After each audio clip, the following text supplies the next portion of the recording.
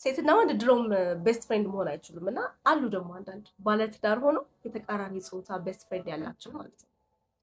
እኔ እነዚህን ሳይ ምን እንደሚታየኝ ልንገራችሁ። የሆነ ሲኔሪዮ የሆነ ቀን ባልና ሚስት ቢጣሉ ማለት ነው በቃ የመጨረሻ ተባጥሰው ምናምን ወይ ሴቷ ወይ ወንዱ ምን ቅር ብሎ ምናምን ከቤት ይወጡና ቤስት ፍሬንድ ጋር ይደወላል ማለት ነው። ብዙ ጊዜ ቤስት ፍሬንዶቹ ደግሞ የሆነ ላይፍ የላቸውም በቃ ከውካዋ ነገር ናቸው ምናምን እየሮጡ ሄዱላቸዋል ማለት ነው። ከዛ የሆነ ቦታ ቁጭ ብሎ ምናምን ወይ አንድ ሁለት እያሉ ሊሆን ይችላል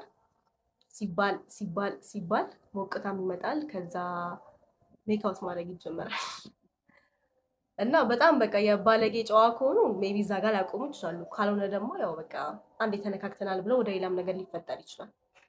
ሶ እንደዚህ አይነት ሲቹዌሽን ሊፈጠር የሚችልበት ቦታ ላይ ማለት ነው በማግስቱ ሶበር ሆኖ ሊወስኑ የሚችሉትን ሁለት ነገር የሚታየኝ ልንገራችሁ። አንደኛ አይ ያለው ነገር ትክክል አይደለም ብሎ ከዛ በኋላ በጣም የተግማማ ትዳርና የተግማማ ጓደኝነት ይቀጥላል። ወይ ደግሞ ይሄ ነገር ለካ ለምክንያት ነው የተፈጠረው እኔ እንደዚህ አይነት ስሜት እንዳለኝ ላንተ አላቅም መባባል ውስጥ ነው የሚገቡት ማለት ነው። ባይ ዘ ወይ መጠጡ አይደለም ችግሩ። እሺ ጋይስ ሰው ከፈለገ ሄዶ በማኪያቶም ቺት ሊያደርግ ይችላል። ሀሳቡ ምንድነው ኢሞሽናሊ ቨልነራብል በሆንበት ሰዓት ላይ መጥቶ የሚያግዘን ሰው ማለት ነው የሆነ አይነት ቦንድ ሊፈጠር ይችላል። በቃ ይሄንን የፈለገ ማንም ሁኑ ማንም መካድ የማይቻል ነገር ነው ማለት ነው።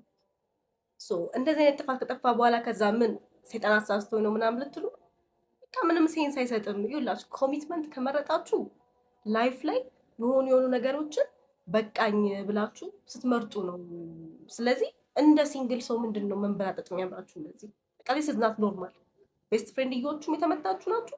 ባለትዳር ሆናችሁ ደግሞ እንደዚህ አይነት ነገር ኢንተርቴን የምታደርጉ እናንተ ዩር ሌላ ሌቭል ካይንድ ኦፍ ፒፕልስ ማለት ነው።